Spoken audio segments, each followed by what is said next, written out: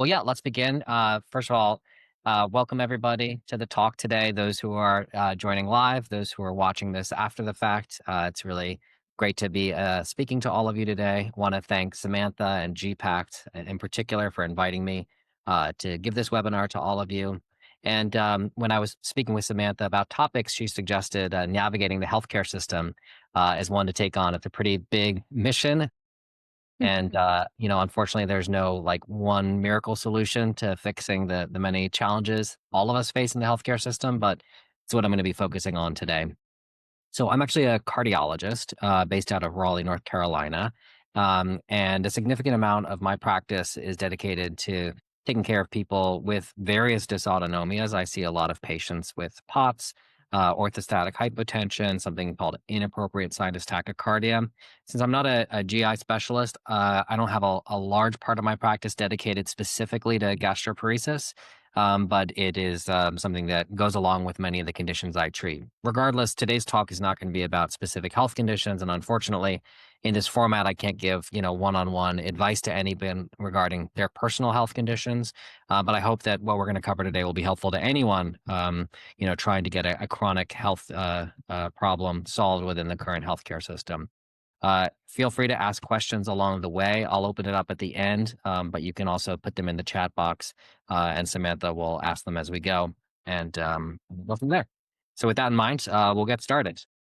I think everyone can see the slides, correct? So, in addition to being a cardiologist, I should mention also that I'm one of the co-founders of Enact Hydration, and it's basically an electrolyte supplement really targeted specifically towards people with dysautonomias paresis, POTS, and others.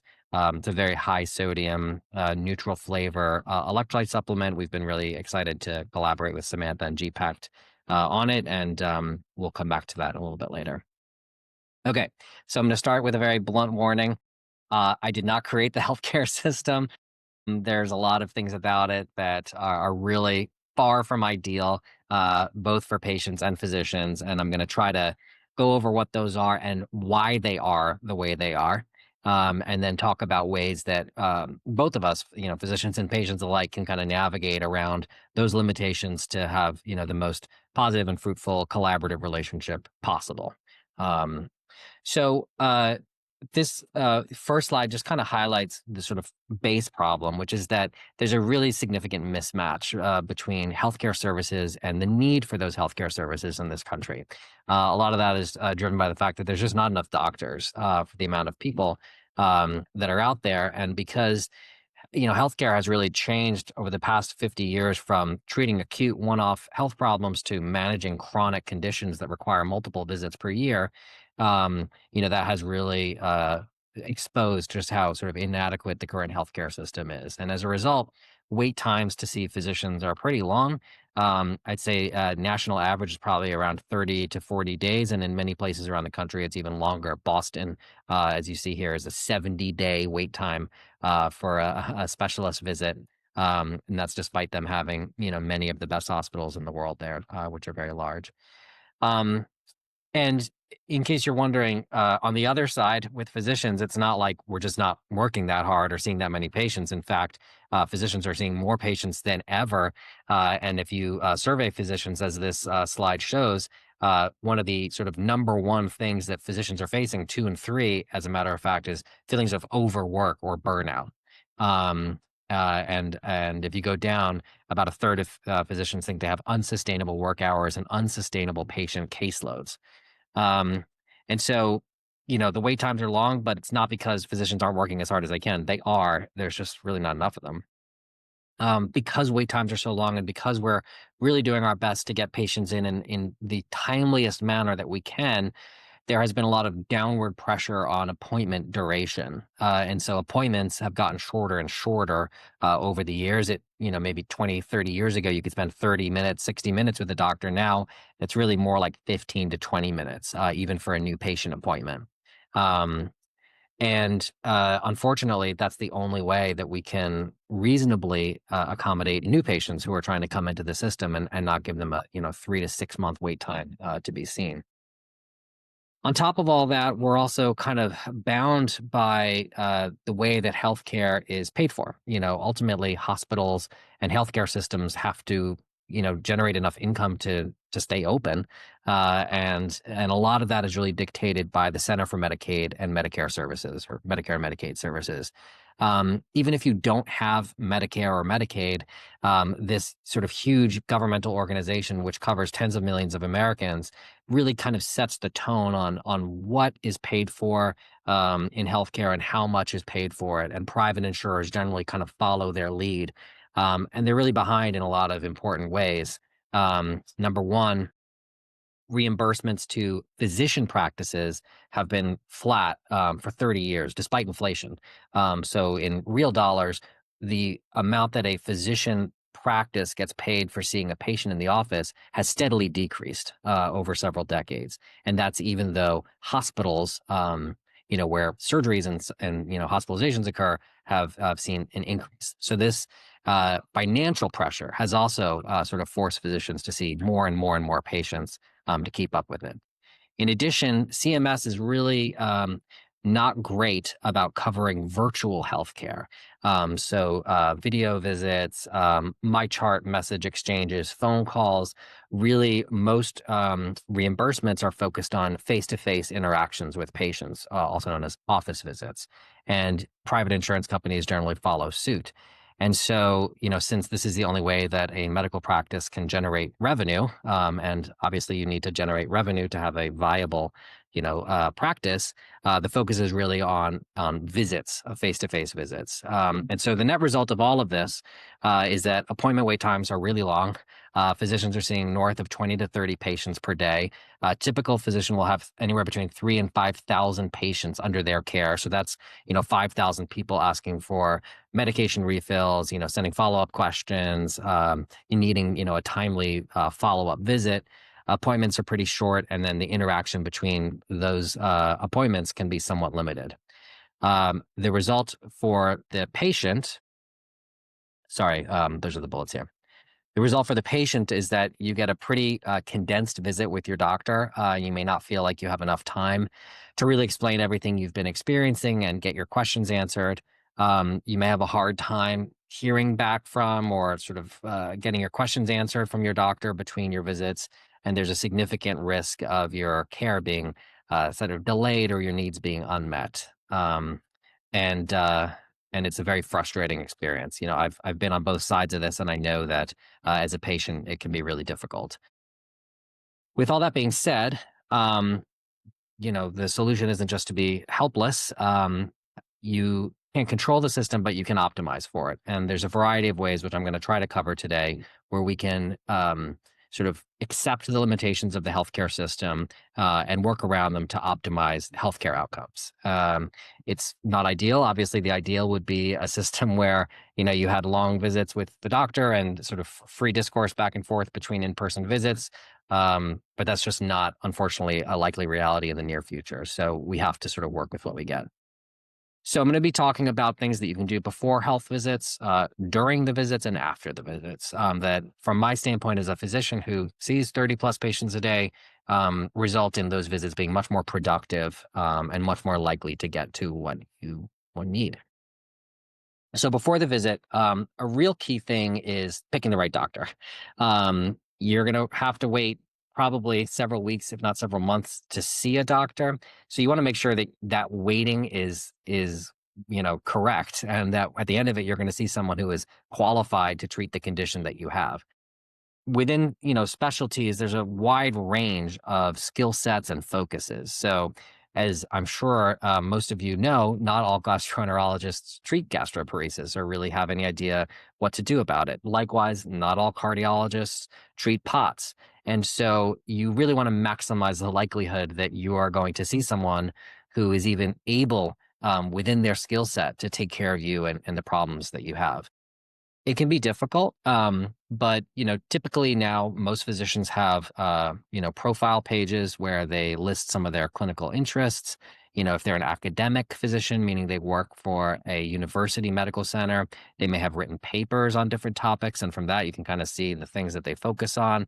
You can also ask, if you're waiting to see a specialist, you can ask your primary care doctor, who have you worked with in the past? Is there anyone who you think might be particularly well suited to the problems I'm facing?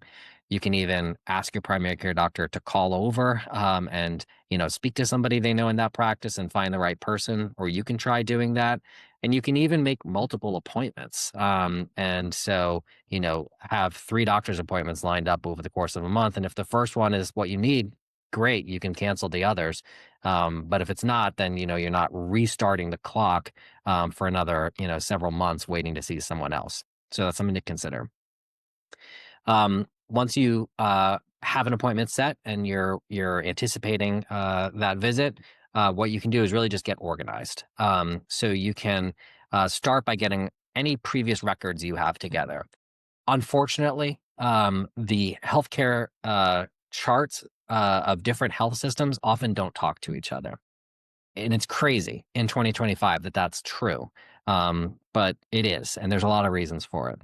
But a lot of patients don't understand that, and they sort of incorrectly, understandably, but incorrectly believe when they come to see me that I have access to all the tests that have been done at other healthcare practices that they've been to already.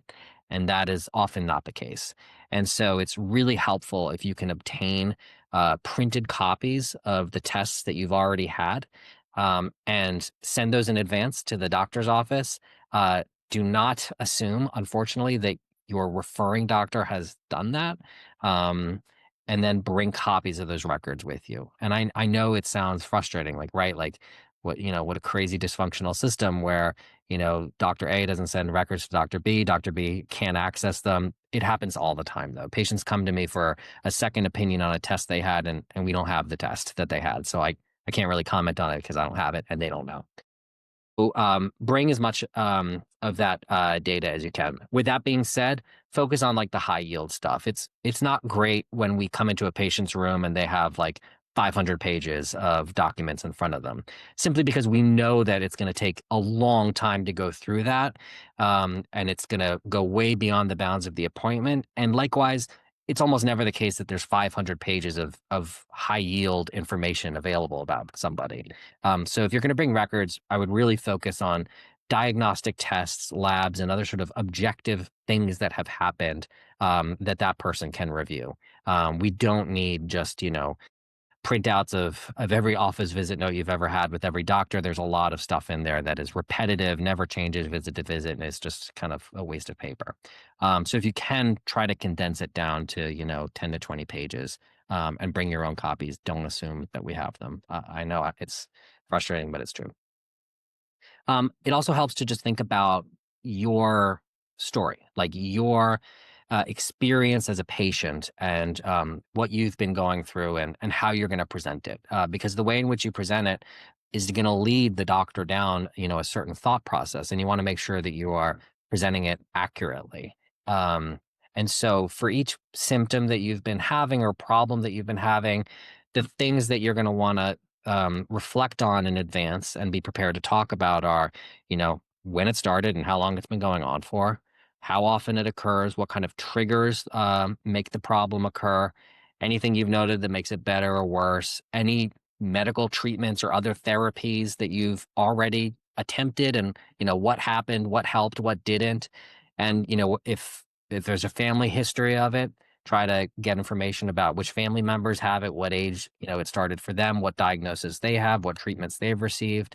Um, these are the kinds of questions that we ask when you present a symptom to us.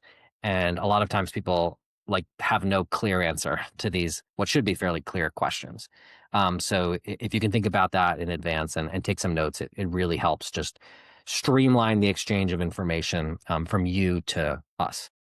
Another thing that's really helpful is to make a medication list, especially if you're on, more than one or two medications, because that's a routine part of every visit. And if you just have it written down in advance, that really, speeds up the process.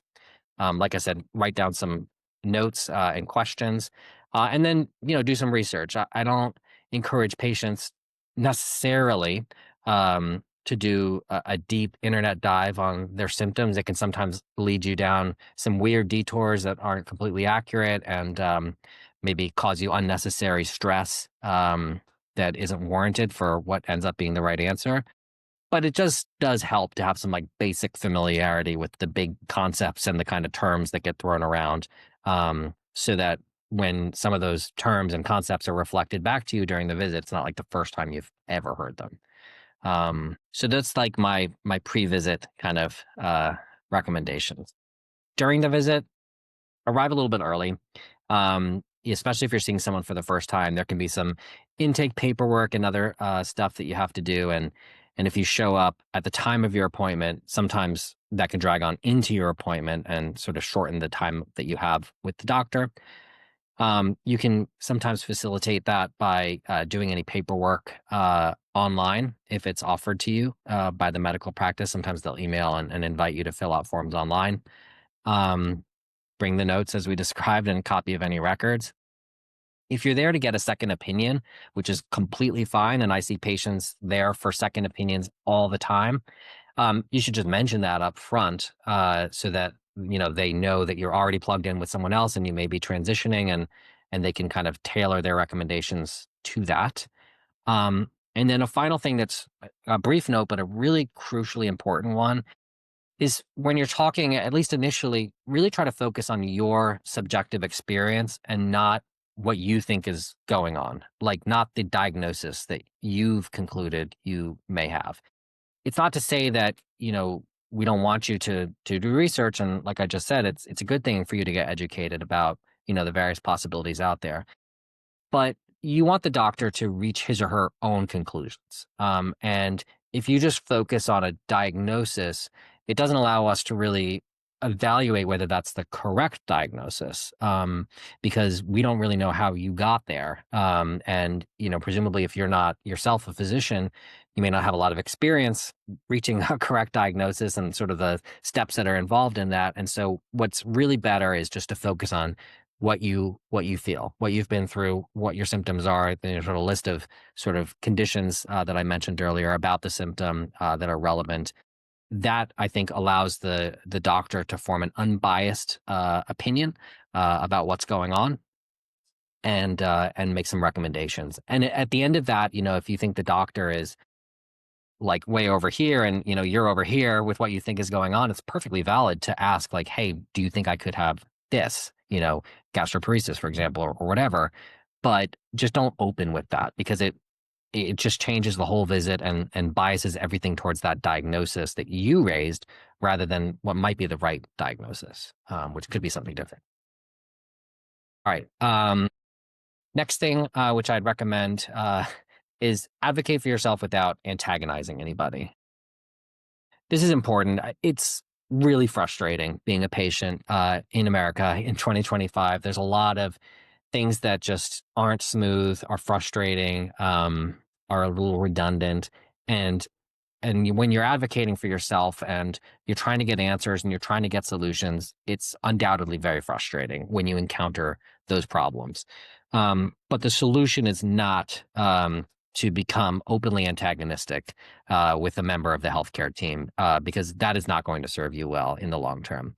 And unfortunately, it happens all the time. We have patients who just misunderstand something, or they're we tell them one thing and their cousin tells them something else, and they get flustered and angry, and we get like angry voicemails from patients, or they call and yell at the medical assistants, that they don't have results from a test they had that morning, that may not have been read yet, and it doesn't help.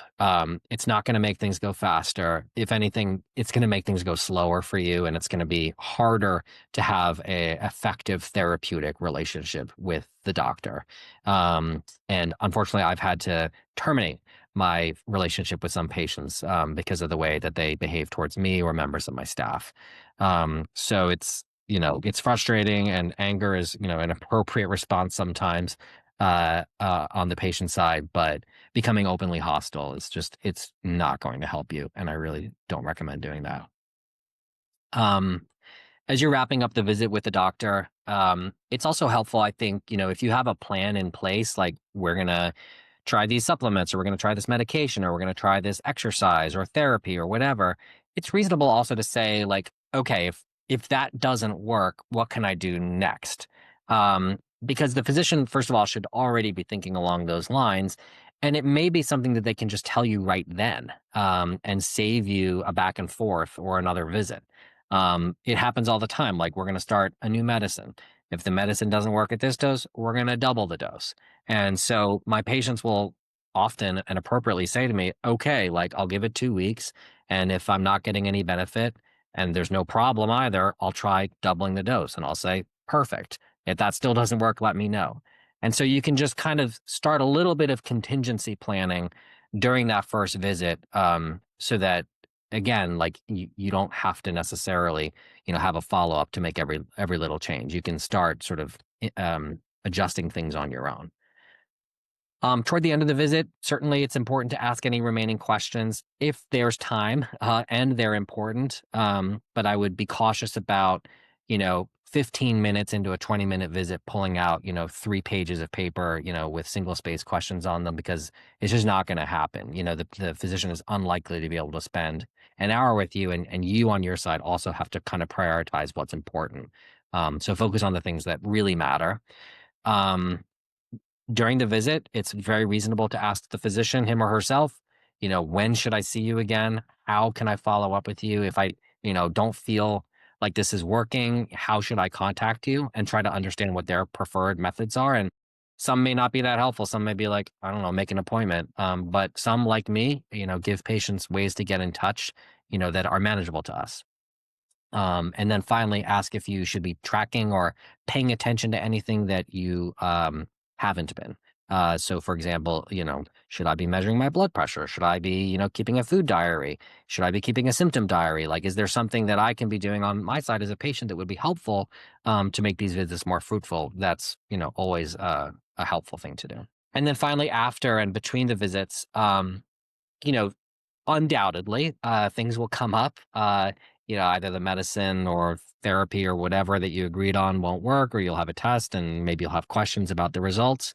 Um, if it's possible, and there's a list of things that you want to cover, a follow-up visit is always best. Um, and that's simply because like a face-to-face conversation is the most effective way, in my experience, to clear out a lot of complicated issues, and sort of set the groundwork for the next stage of the plan. If it's something simple, if you're like, hey, I tried doubling the medicine and it's still not working, like, should I come in again, or is there something else that we can try?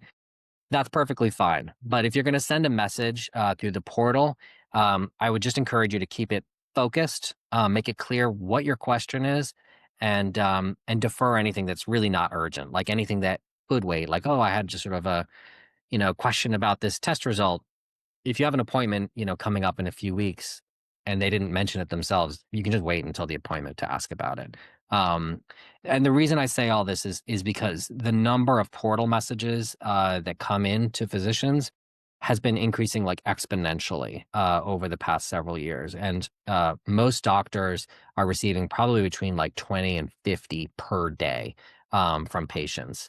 And, again, I know each patient has their illness and it's theirs, and they want to treat it and advocate for themselves and get answers, but each physician has like 5,000 people who feel that way, and we're doing our best to kind of manage everybody and prioritize like what's the most urgent, and what can wait.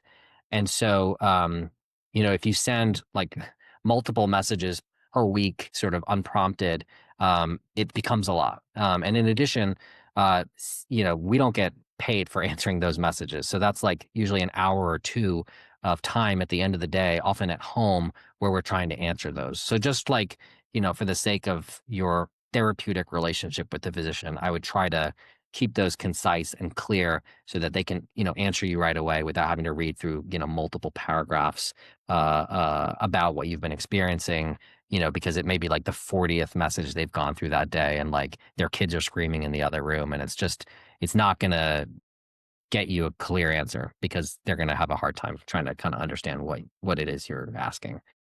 So, so that's my talk.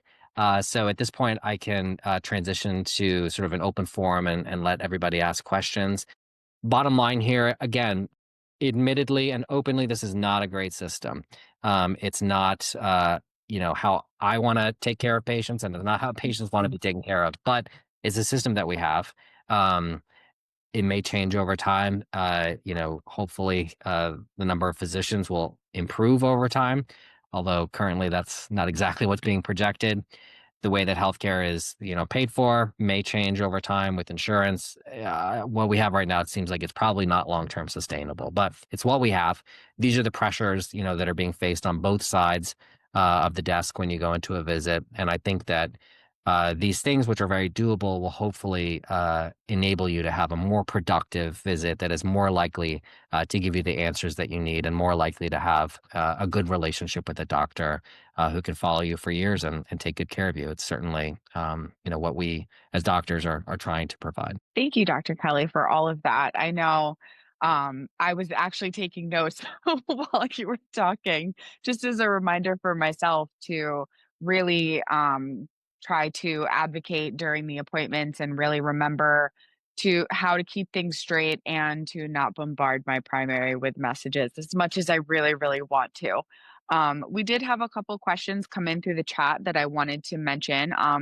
The first is, as a patient advocate, what could we do or help patients to do to help reduce physician burnout? Yeah.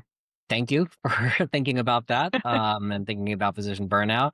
I think the things I mentioned will do it. I mean, 90% of the visits I have, people either don't know why they're there, or there's no records, or they have a really hard time articulating, what they're experiencing. And it's just like a lot of work trying to extract information from folks so that we can help them. And so the best thing as a patient that you can do is gather and organize that information so that, when I see you in the office, it's very easy for me to get the information I need to understand what you've been experiencing, what's been done already, what hasn't been done already, what you've tried, what you haven't tried, and then, give you a plan that I think is reasonable.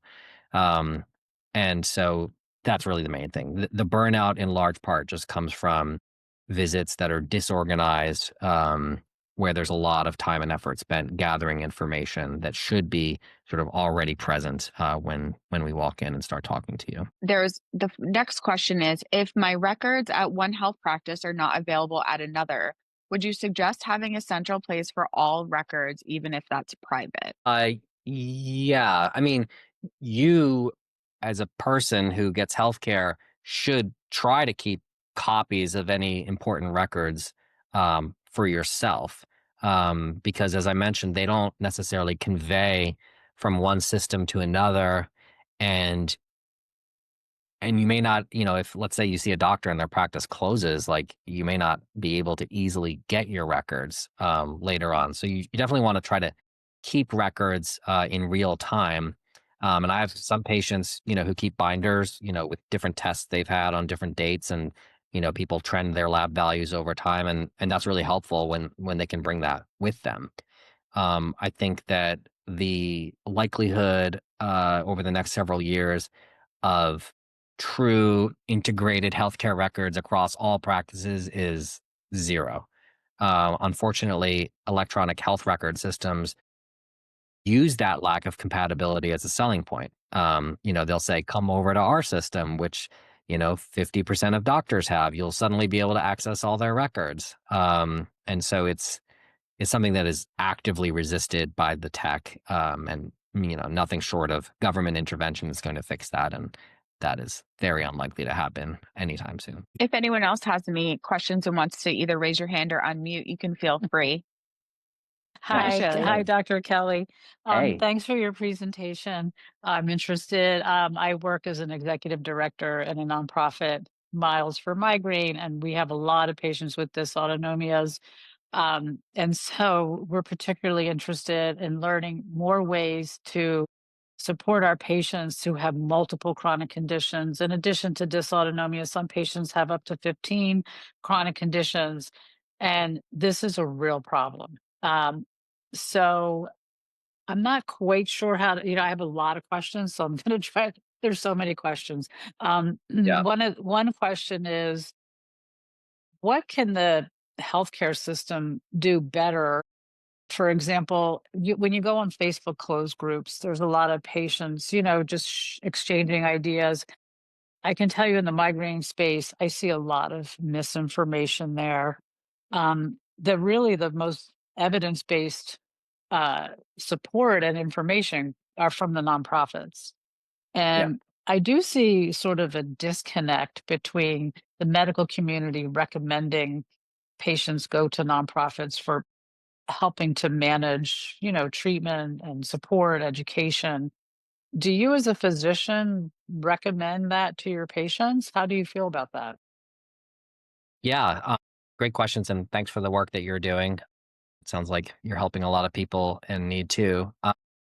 Yeah. So, kind of two things I was thinking about as I was listening to that question. The first is, yes, we do send people to other resources, including nonprofits, to try to help them better manage their health conditions.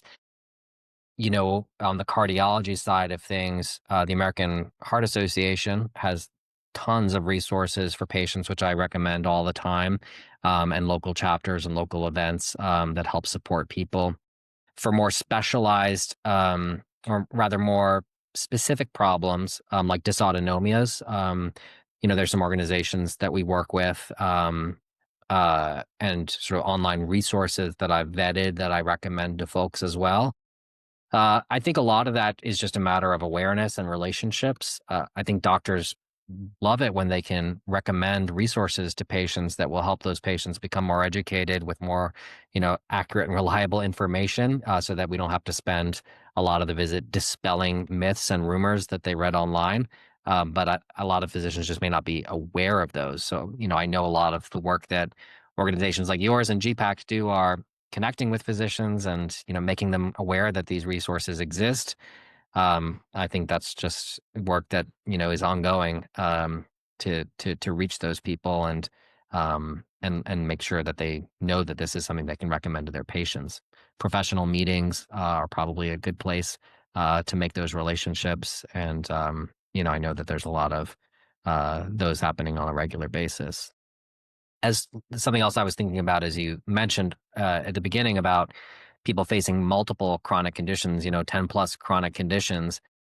Another problem with the healthcare system that I didn't really talk about too much because there's really no great solution for it that I can offer is that people are very specialized now in what they do. So you not only have specialists like cardiologists and gastroenterologists, but within those fields, for example, there's a whole range of specialties, and cardiologists are not interchangeable, and gastroenterologists aren't, and you know. I mentioned sort of at the beginning that you want to try to set yourself up for success by finding a physician who at least is familiar with the condition that you have. That can sometimes be easier said than done. Where it gets really complicated is when you have a condition that spans multiple specialties, as dysautonomia frequently does. Patients sometimes need help from cardiologists, gastroenterologists, neurologists, and so forth, and that can be really tough. And when it's conditions that are very common, and sometimes medical centers and physician practices will form centers for that disease. And in that center, you'll have a visit with multiple specialists, when you come in. But but often that's, only available in sort of major metros at major academic medical centers, and if you're not living in that area, it can be harder. And so coordinating care across specialists for a chronic health condition, especially when those specialists aren't even working for the same health system, can be really, really hard. So at a minimum, I would at least try to get all your people under one umbrella, because at least then they can see each other's notes and sort of communicate more easily than if they're all in truly separate, independent practices where it's going to be really hard for them to do anything resembling coordination. Great, thanks. Any other I don't have questions? any I don't have any other in the chat right now. If Okay. nobody else has any other questions, I know we did have some people send in questions ahead of time, which you were able to get to in your presentation. So that was wonderful. So thank you to Yeah. everybody who submitted those ahead of time. And again, to Dr. Kelly for doing this with us today. We are big fans of yours, and I'm personally a big fan of Enact over here. So we're Great. very happy to have you do this for us. And we will have this up on our YouTube channel as well, for anybody that wants to watch the replay and come back to the information that you shared. Thanks so much. Hope to come visit y'all again and maybe do another one of these webinars in the future.